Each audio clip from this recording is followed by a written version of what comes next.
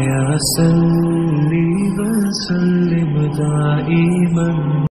حضرت عبداللہ بن مسعود رضی اللہ تعالیٰ عنہ راوی ہے کہ رحمت عالم صلی اللہ علیہ وآلہ وسلم نے فرمایا، اللہ تعالیٰ کے بہت سے فرشتے جو زمین پر سیاحت کرنے والے ہیں میری امت کا سلام میرے پاس پہنچاتے ہیں۔ اس روایت کی تشریح میں علامہ قطب الدین خان دہلوی مظاہر حق میں لکھتے ہیں، اس حدیث کا تعلق ان لوگوں سے ہے جو روضہ اقدس سے دور رہتے ہیں اور انہیں روضہ مقدس پر حاضری کا شرف حاصل نہیں ہوتا۔ چنانچہ ایسے لوگ جب رسول اللہ صلی اللہ علیہ وآلہ وسلم پر قلیل یا کثیر تعداد میں سلام بھیجتے ہیں تو فرشتے ان کا سلام بارگاہ نبوت میں بصد عقیدت اور احترام پیش کرتے ہیں۔ البتہ وہ حضرات جنہیں اللہ تعالیٰ نے اپنے محبوب کے روضہ اقدس پر حاضری کی سعادت سے نواز رکھا ہے، جب وہ بارگاہ نبوت میں سلام پیش کرتے ہیں تو رسول اللہ صلی اللہ علیہ وآلہ وسلم تک پہنچانے کے لیے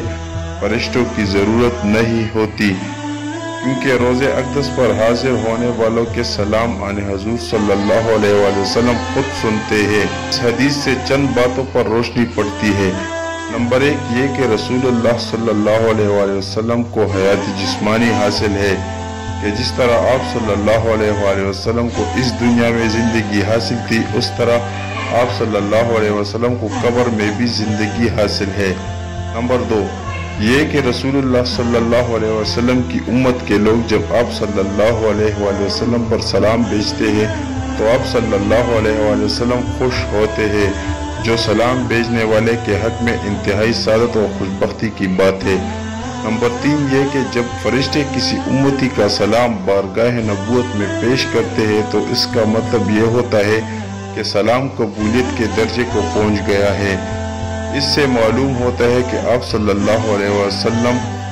سلام بھیجنے والے کے سلام کا جواب بھی دیتے ہیں۔ نیز ایک روایت میں مذکور ہے کہ جب فرشتے سلام لے کر بارگاہ نبوت میں حاضر ہوتے ہیں تو سلام بھیجنے والے کا نام بھی لیتے ہیں۔